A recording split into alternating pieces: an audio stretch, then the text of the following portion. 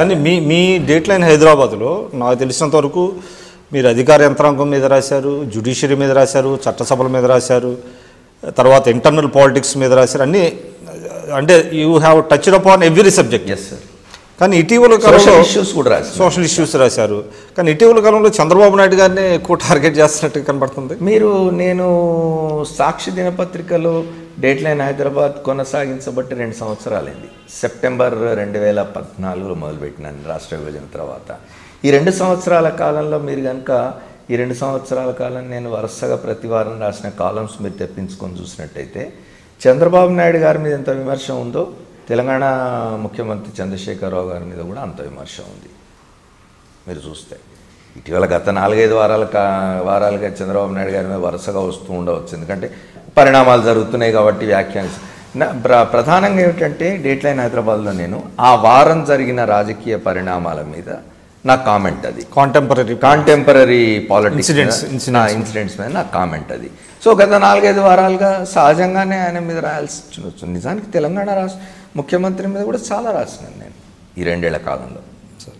తర్వాత మీరు 16 మంది ముఖ్యమంత్రులను చూశారంటున్నారు మీ 40 ఏళ్ల సుదీర్ఘ జర్నలిజం. అంటే ఒక్కొక్కరికి ఒక్కొక్క డిఫరెంట్ క్యారెక్టర్స్, వాళ్ళ యొక్క స్టైల్ ఆఫ్ ఫంక్షనింగ్ ఉంది. మీరు ఎక్కువ ఇంప్రెస్ అయింది ఎవరు, ఏ ముఖ్యమంత్రి స్టైల్ ఆఫ్ ఫంక్షనింగ్? అంటే respect of their short Cummins అది తీసేస్తే ప్రజలతో కానివ్వండి సన్నిహితంగా, లేకపోతే మీడియాతో కానివ్వండి, లేకపోతే సోషల్ ఇష్యూస్ మీద కన్సర్న్ కానివ్వండి, ఏ ముఖ్యమంత్రులకి ఉన్నది? ఇద్దరు ప్రధానంగా చూసుకోవాల్సి ఉంటే ఎన్టీ రామారావు గారు, రాజశేఖర రెడ్డి గారు. ఈ ఇద్దరిలో ఎక్కువ పీపుల్ పట్ల కన్సర్న్ అనిపించేది. ఎన్టీ రామారావు గారు అసలు చాలా ఎమోషనల్గా రియాక్ట్ అయ్యేవాడు ఆయన. రాజశేఖర రెడ్డి గారు కూడా ఈ పీపుల్ ఇష్యూస్ బాగా ఇచ్చేసేవాడు ఆయన. నిజానికి ఆయన రాజశేఖర రెడ్డి గారు ముఖ్యమంత్రిగా నేను చాలా సన్నిహితంగా, అంటే ముందు ఎన్టీ రామారావు గారు రావడమే ఆయన ఒక ఏమంటారు వెల్ఫేర్ ప్లాంక్తో వచ్చినారు ఆయన. ఇప్పుడు ఆయన ఇంకోటి ఆయన ఏమంటారు నటన అనుభవం కూడా బాగా ఇచ్చేసింది. ఆయన చాలా మాట్లాడితే చాలా ఇంప్రెసివ్గా ఉండేది, ఆయన డైలాగులు చాలా ఇంప్రెసివ్గా ఉండేది. ఆయన దేవుడిచ్చిన నేలకు పన్నేమిటి, నీళ్లకు పన్నేమిటి, రైతన్న అని మాట్లాడిన డైలాగ్, సోషల్ ఫిలాసఫీతో ఫిలాసఫీ. ఆయన వచ్చి ₹2 కిలో బియ్యం. నిజానికి అంతకుముందు విజయభాస్కర్ రెడ్డి కాలంలోనే ఈ స్కీమ్ స్టార్ట్ చేయాలనే ఆలోచనతో ₹93 1 కిలో బియ్యం అని ప్రారంభించినారు, కానీ అది ఎక్కలే జనంలో. ఎన్టీ రామారావు వచ్చి ₹2 కిలో బియ్యం అన్నాడు, జనతా దోవతలు అన్నాడు, హార్స్ పవర్ ఇది చేసినాడు.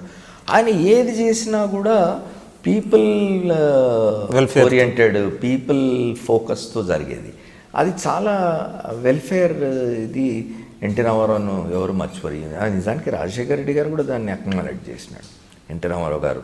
సో కానీ ఎన్టీ రామారావు గారు జర్నలిస్టులతో అంత సాన్నిహిత్యం లేనట్టుంది. అంటే 2 కారణాలు. ఒకటి, ఆయన వచ్చిన రంగం అట్లాంటిది. సినిమా రంగంలో జర్నలిస్టులకు పెద్దగా, అంటే ప్రమోషనల్ జర్నలిజం అది, అక్కడ పెద్దగా క్రిటికల్గా ఉండరు. అది ప్రమోషనల్, ఇది వాళ్ళకి పెద్ద ఇంపార్టెన్స్ కూడా ఉండదు. ఆయన కూడా అట్లానే చూసినాడు తప్ప పెద్దగా జర్నలిస్టులతో ఇంటరాక్ట్ అయింది. కానీ ఆయన చాలా బాగా మాట్లాడేవాడు జర్నలిస్టులు, మీడియా కాన్ఫరెన్సెస్లో కానివ్వండి, లేదా మీడియాకు సంబంధించిన వాళ్ళ 1-to-1 కలిసినప్పుడు కానీ చాలా బాగా మాట్లాడేవాడు ఆయన మీడియాతో.